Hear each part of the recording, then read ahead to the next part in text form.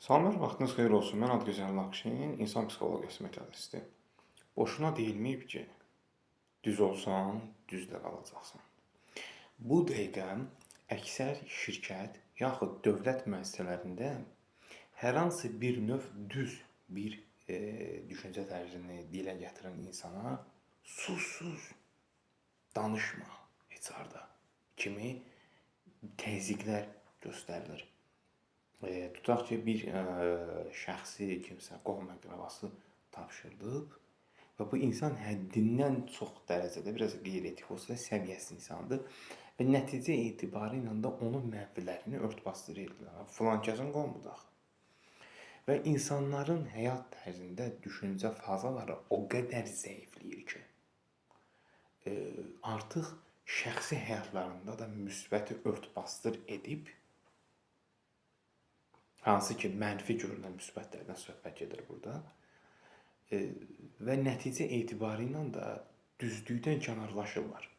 Və artıq səhv yolda deyil ha bu adam. O ki, istəmsizcə gedir. Sürü psixologiyası.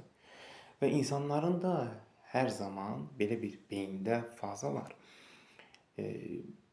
Ağzını açdınsa, bir şirkət, dövlət, qurum, yaxud qarışıq, yəni haqqı demək mənasında şilləni sənin ağzından vurub otur yerində.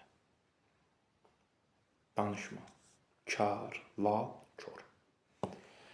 Və düşüncə tərzi get-gedə zəifləyir.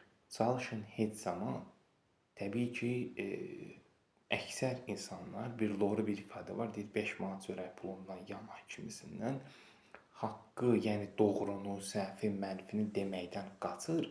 Lakin ən azından çalışın müəyyən bir çərçivə daxilində sözünüzü, fikirlərinizi deməyə bacarmayacaqsınızsa, öz şəxsi həyat çərçivənizdən uzaqlaşacaqsınız və nəticə etibarı ilə əsəb pozğunluğu, psixoloji sarsıntı ilə qarşı-qarşıya qalacaqsınız.